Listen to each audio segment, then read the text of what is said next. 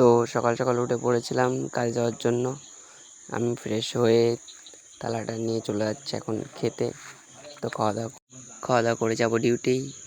দেখতে পাচ্ছ থালাটা ধুয়ে টুয়ে দাদুর কাছে চলে গেছে। দাদু এদিকে রান্না করছে দুপুরের। অলরেডি সকালের রান্নাটা হয়ে গেছে। ভাতটা বেড়ে নেবো। ভাতটা বেড়ে নিয়ে চলে গেলাম আমার রুমে গিয়ে বসে পড়েছি। এক্সট্রা সাইড দেখে বসে পড়বো।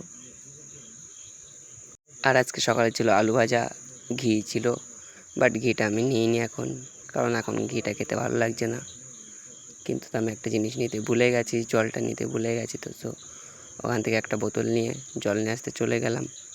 জলটা নিয়ে তো খেতে বসবো, কারণ জলটা লাগে, ইম্পর্টেন্ট জিনিস একটা। জলটা নিয়ে চলেও এসেছি। জলটা নিয়ে আসার পর খেয়ে টেয়ে দেখা হচ্ছে। তো খাওয়াটা করে রেডি।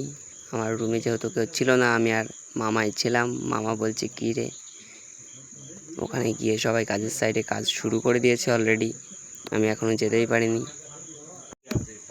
তো কাজের সাইডে আমি এখন যাচ্ছি। ওখানে অলরেডি গাড়ি লাগানো আছে, রেডি করা আছে সব কিছু।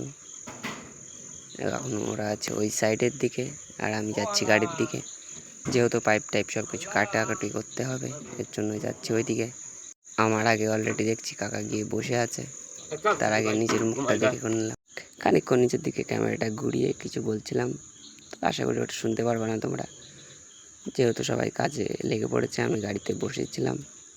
এদিকে আমাদের ঠিকাদার কাকা আছে এখানে, বাকি সবাই কাজ করছে। আমি উপরে গাড়িতে বসেই, নিচে রিং টিং নেওয়া কমপ্লিট। তো যাব কাজের সাইডে গাড়িতে করে কাজের সাইডে গিয়ে ভিডিও তো করতে পারবো না। এখানে এই ব্লগটা শেষ। দেখা হবে আবার নেক্সট ব্লগ।